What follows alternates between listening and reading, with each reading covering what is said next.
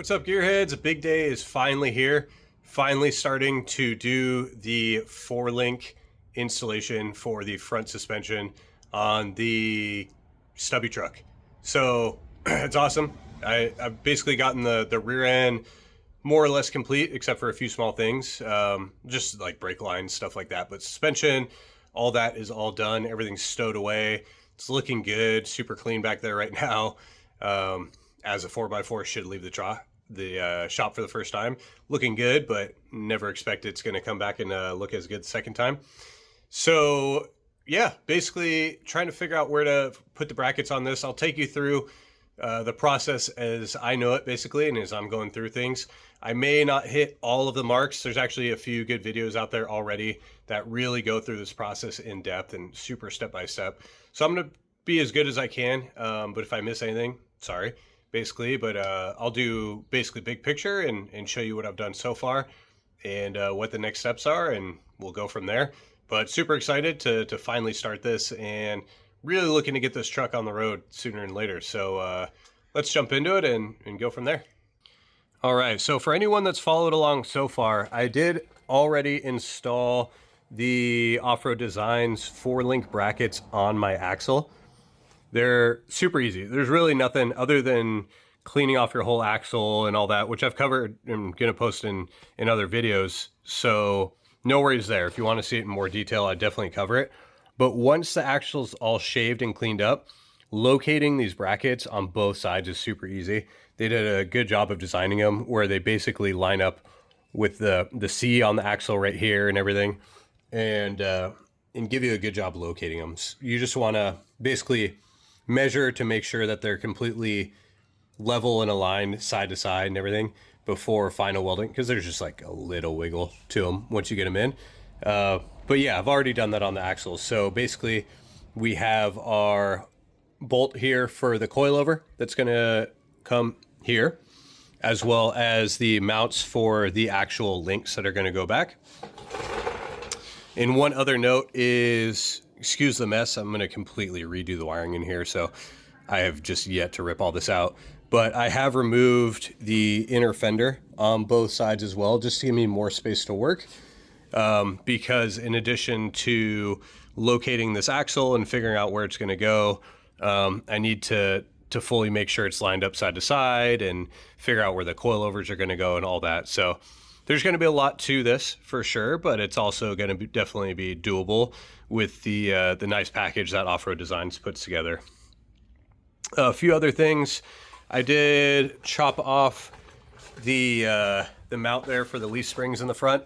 So in my case, I just cut these off because this mount also serves as the body mount, and I'm not really losing any ground clearance by keeping this in here. Yeah, it's not going to look the cleanest, and I could definitely redo a body mount in here, but for now it's good enough. I'm just going to keep it as is. I really want to get this thing on the road. But yeah, this is the back of my custom bumper as well. You can see the Baja Designs lights nested in there, and that's all good to go. Thankfully, whoever owned this truck before me already had the two-wheel drive steering box in here. So I do have a drop pitman arm on here. I don't know whether it's going to be the correct one or not, but I have a drop pitman arm. That's just kind of in place. I haven't actually measured where the steering is going to go, because you can see I'm going to, with this 4-link design, we are of course going to run crossover steering on it. It's not going to use the stock steering anymore. But the reason I have that pitman arm in place is because we do need to figure out where the mount is going to go for this panhard bar. So of course it's got to clear with just a little bit of clearance there, the pitman arm itself when it's all the way back. So one challenge that I've already noticed with that is the spot right where that panhard bar wants to go is where my engine cross member is bolted to. So I may need to figure out a different way to bolt that engine cross member in here. So what I may just do is pull these bolts and flip them around on the front and have them come through, and then basically just have some welded nuts on the frame, or have some reinforcement with some welded nuts in there, and somehow incorporate that into how this panhard bar mounts up in there, because right now it's basically hitting, you know, more or less like right where those bolts are. So that's an annoyance, but one thing we'll definitely figure out. The other thing is I've cleaned up some of the mounts that were on the frame that we won't be needing for this. And what I'm going to be doing is adding some frame supports and strengtheners. So basically going to be taking a piece of 1/8 inch plate and designing it to match the frame and come up here and tie all that in and get that welded on place for both sides to just clean it up, remove the holes. I'll actually use the holes to plug weld that stiffener in place as well, and just to add a little strength on there. One other quick note is I did do some preparation yesterday. I got carried away with these two. Normally, like, I haven't actually measured the length of my links yet to figure out how long they're going to be and everything. I was just doing some other link work for the connector for the front, the tie rod, basically for the front axle, and then doing these links. So I was drilling them. So I have a plug weld for the mounts and all that, and then these two I did both sides instead of just one side. The other links I only did one side for now, because I know I'm gonna probably have to cut these down. They're quite long as is, but this is actually good because it gives you an idea of what the links are going to look like at maximum length. Basically, this is my upper one, and it is bent to give me a little extra clearance with the frame itself, and then our lower link here. But yeah, really big Johnny joints on there. That'll be really nice and strong. And but yeah, basically before we get anything further with the links, we have to figure out the link length, and so there's a lot more steps to that. So let's jump. All right, so one other step I worked on last night was basically figuring out where the mounts for the links are going to go. So they come with these nice mounts that go on the frame here. Where on the frame these are going to go, and I decided based off my link length that I'm going to run them here behind the cross member, or at least try this as my first spot. So basically I'm going to hold this guy up and get it tacked into place here. You do want to put your tacks in such a way where they're going to be strong enough to cycle your suspension and test out your links and position and everything, but accessible enough to where you can cut them off as needed. So I'm going to do a couple top and bottom, and maybe one back here that's pretty easy to get to. So some nice hot thick tacks on there that's going to hold everything in place. But you know, if we need to move that mount, we need to be able to do that. One reason I placed it back there is I was originally considering putting it in front of the cross member, but if we kind of eyeball where the axle is going to be, that only gave me, I think it was like a 24. It was a pretty short link in there. And I'm trying to swing at least 14 inches of travel out of the front there. So I wanted a longer link to, I don't know, basically I just want a long link to allow for some better travel. And I'm not super worried about ground clearance in terms of back here and something hanging down. I think it'll be fine. So I can also run it here, but then I'd have to completely redesign and mess with this whole cross member. But if I put it right here behind everything, it's still going to be, a decently long link. I think it's going to be like a 37, 38 inches overall, which is where the axle is eyeballed in place right now. But that's definitely doable. So as they sit, the reason I showed it to you before was those are about a 40-inch link. So this is about the max of the length that I want. So I'm going to try that. I'm going to put it here. It's going to allow for me to run the stock cross member, which is in really good shape and everything. And I've already got the transmission and the transfer case and everything mounted up under here. But also give me a decent link length. All right, so on that topic of link length, the way we're going to determine that is getting my mount tacked up in place back there. So, and then making sure to place it equally on the other side. And I'm going to do that by measuring off the cross member, the body mounts, as well as some rear mounting points, just to make sure that it is fully square and true side to side between passenger and driver sides. And then I need to fully assemble the axle and get the wheels and tires on here and everything to figure out exactly where I want this axle to be in alignment with the truck itself and the frame and lining up with the wheel well opening.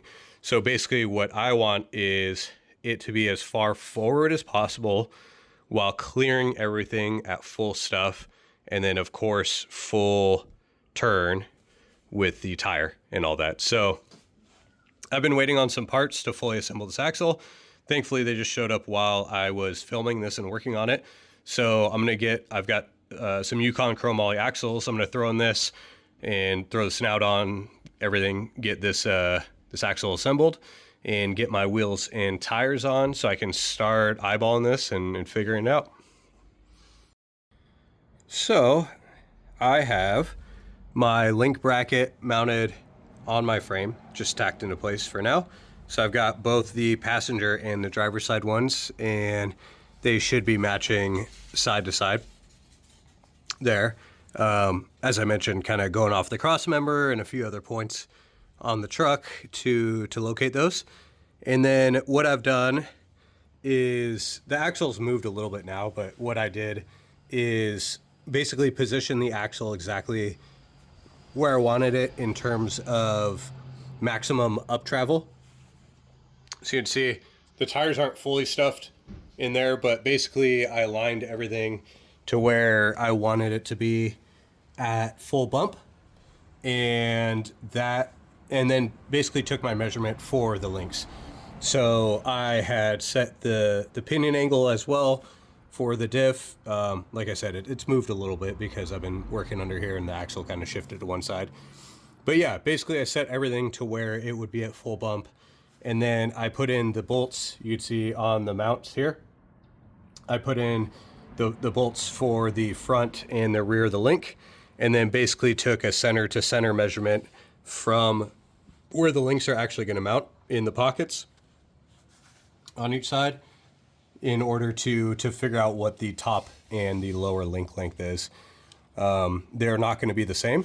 They will be the same side to side, like your lower link should be the exact same and your upper link should be the exact same, but they're not necessarily going to be the same top to bottom. In fact, I don't think they should be on this kit. Mine ended up being just under a ½ inch different between the top and the bottoms. And then from there, I was able to basically go cut my links and start building them. So for example, this is an upper link on the side. So you can see, basically for the uppers, in my case for clearance, I trimmed this side near the bend to move the link closer to the bend because it fell in a better spot that way. But yeah, I've cleaned up the ends, I've tacked them, and then I also did a plug weld as well for that insert in there. So I'm gonna put these all in place right now. Everything's just gonna be tacked until everything's finalized in terms of making sure that everything moves, you know, full stuff, in terms of full articulation, everything like that. So cutting the links, you want to make sure, of course, to cut them as square as possible. I only have I don't have like a good bandsaw or a cold saw or anything like that. I have a chop saw or handheld tools, so I use the chop saw when possible to make as square of a cut as I could. Basically, the insert is going to square itself out, or it should, because it is a tight fit in the tube. But you still want that end as square as possible to make sure that when you're tacking that and then final welding it, that threaded insert does fit perfectly inside the tube there. And then, yeah, I would recommend keeping everything tacked until final assembly, just to make sure you're putting that axle through the full motions and everything, because you may find stuff along the way. So let me actually take you through what I've found so far in assembling the links on the passenger side. So here on the passenger side, we have the same mount installed, of course, for the rear link mount. And then we have our cut links installed. The top one doesn't have a bolt in. I'll explain why that is as well. But essentially I had, as I mentioned, the axle's all positioned to where full droop should be. So actually, if you can see in there in the middle of the screen, let me see if I can zoom in. You can see the spacing between the cross member and the axle. So that's pretty close. So that's where I had positioned for full full bump. So when that axle's truly sitting out and maxing out this front bump stop that's going to be here, this is where it was going to be, to give basically about a 1/2 inch of clearance before it contacts the front cross member. And then also the clearance with the oil pan. So I've got the stock oil pan on here right now, and the clearance between that pinion and oil pan is pretty tight. The axle's actually shifted a little bit towards me right now, so it's tighter than it would be. But yeah, that pumpkin in there is pretty close to that oil pan. But one thing I learned in this is at my full bump, and the reason you only tack everything and want to measure this, at where I wanted full bump to be, this link, even though it does have a bend in it to create more clearance, is contacting the mount there for the body mount. So basically what I have to do is decide how I want to deal with that. Do I lower the axle and decrease my full bump, or do I trim this body mount? So in this case, I think there's some room to trim in here, and I actually have brand new body mounts, so I'll probably replace this one because this bottom one on the new set is not so ridiculously long. I don't know where these came from, but yeah, there's different body mounts on basically every corner of this cab. So what I'll do is I'll replace the body mount and then come in here and basically trim that mount. I'll probably just plasma cut a little scallop in it, essentially to clear the link, to allow it to sit more or less where it is now. Because the problem is right now, and the reason that this axle moved over, so this tire is actually sticking out further than it should be, further than the other side is because that body mount contact. So what I'm gonna have to do for now is lift up the truck a little bit, and so I can drop this axle down. So I've got everything sitting on blocks. So I'm basically gonna take one 2x4 width out on each side right now for the sake of getting the links in, and then mark exactly what I need to trim on the body mounts and everything.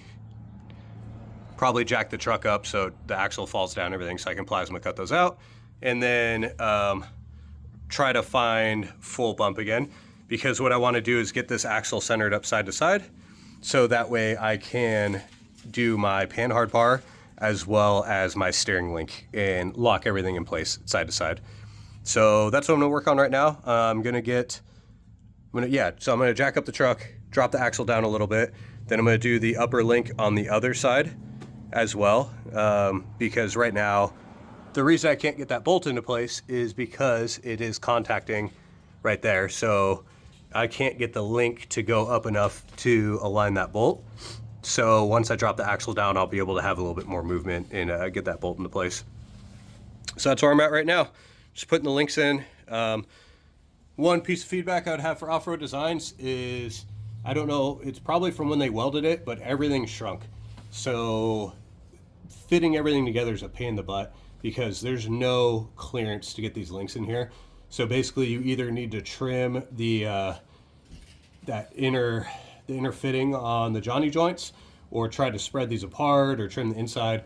So I've done a mix of trying to spread these with the hydraulic spreader, as well as just clean up and taper the Johnny joints a little bit so I can get them to fit in. But yeah, the clearance in these mounts are way too tight, unfortunately, in order to fit the Johnny joints in there. But it is what it is. We're making it work. It's just a little bit more painful than it needs to be. But yeah, I'm gonna do the driver's side now and test everything out.